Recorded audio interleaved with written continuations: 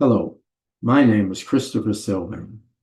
This presentation is titled Neurobiological Indicators of Identity Stability for Behavioral Health Outcomes. This work proposes that identity stability is a measurable neurobiological regulatory state that influences behavioral control, resilience, and long-term health outcomes. The problem. Behavioral health models often focus on symptoms such as anxiety, impulsivity, addiction, and mood instability. These are important, but they are typically downstream effects. Upstream regulatory factors such as identity coherence, value stability, and durable belief structure are less frequently measured, despite strong evidence that stable self-modeling improves executive control and reduces relapse risk. The central question is whether identity stability itself can be biologically indexed and studied as a measurable variable. Core framework. This framework centers on three established brain systems. The prefrontal cortex supports executive regulation. The anterior cingulate cortex monitors conflict and detects misalignment between actions and values. The amygdala assigns emotional salience and threat weight. When identity is stable, these systems demonstrate stronger top-down regulation and reduced internal conflict signaling. This aligns with predictive processing and active inference models, where stable high-level priors reduce error signaling and behavioral volatility.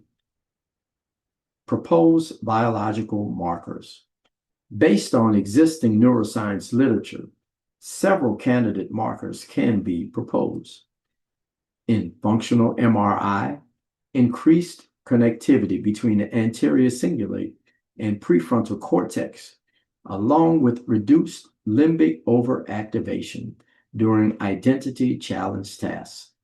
In EEG, greater frontal midline theta coherence and more stable error monitoring responses.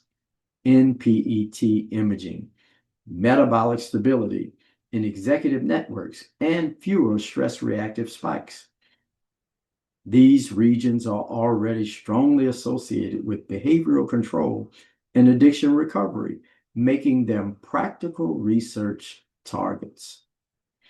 Behavioral implications. If identity stability can be biologically indexed, this has meaningful clinical applications. It could improve treatment selection, counseling strategy matching, relapse risk assessment, and adherence prediction. Rather than treating only behavioral symptoms, clinicians could evaluate upstream regulatory stability and intervene earlier. Research and practice value. This model does not replace existing therapies. It adds a measurement layer. It may help stratify treatment intensity, track identity level change over time, and improve behavioral outcome prediction. It also provides a bridge between neuroscience, behavioral medicine, and meaning-centered therapeutic frameworks. The key contribution is making identity coherence scientifically testable. Conclusion. In summary, identity stability is likely a measurable neurobiological regulatory state rather than a purely descriptive construct. Anterior cingulate, prefrontal, and limbic dynamics provide testable candidate markers. Future research can validate their predictive value for behavioral health outcomes. Thank you for your time and engagement.